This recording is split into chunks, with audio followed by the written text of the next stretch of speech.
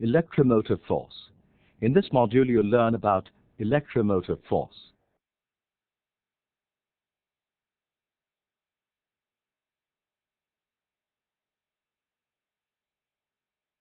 You know that an electric current is produced when electric charges flow.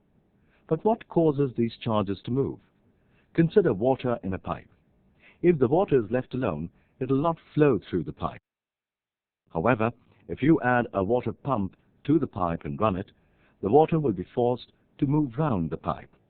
In the same way, electric charges need some force to move around the circuit. This force is the electric force. An electric force is produced by the energy source which pushes the electrons through a circuit and is known as the electromotive force, or EMF. Electrical energy sources are of many types. A common one is the dry cell. A dry cell is widely used in appliances like torchlights and portable music players such as MP3 players and Discmans. Consider the circuit diagram of conventional current versus electron flow. If you observe carefully, you will notice that the dry cell has a symbol. Also notice that in the dry cell there are positive and negative terminals. An electromotive force of an electrical energy source is defined as the work done by the source in driving a unit charge round a complete circuit.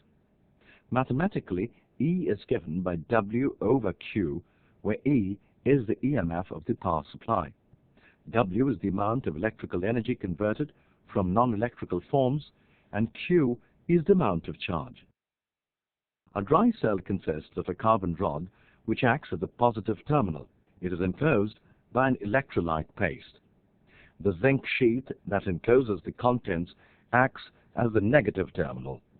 When connected to a bulb, a chemical reaction occurs which converts stored chemical energy into electrical energy. This causes electrons to flow in the circuit.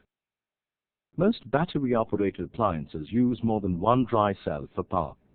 You may have noticed that such appliances will indicate how the dry cells should be arranged.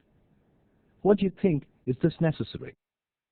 The number of dry cells and how they are arranged will determine the amount of EMF supplied to an appliance. In general, there are two arrangements of dry cell series and parallel.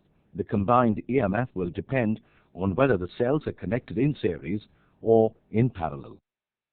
Look at the visual. It shows two cells arranged in series. When the cells are arranged in series, the combined EMF is increased. This is because electric charges gain electrical energy from each cell when they pass through them. In this module, you've learned the following. An electric current is produced when electric charges flow. Electric charges need some force to move around a circuit. This force is the electric force.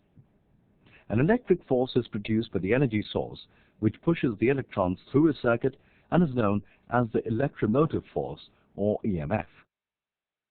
An electromotive force of an electrical energy source is defined as the work done by the source in driving a unit charge round a complete circuit.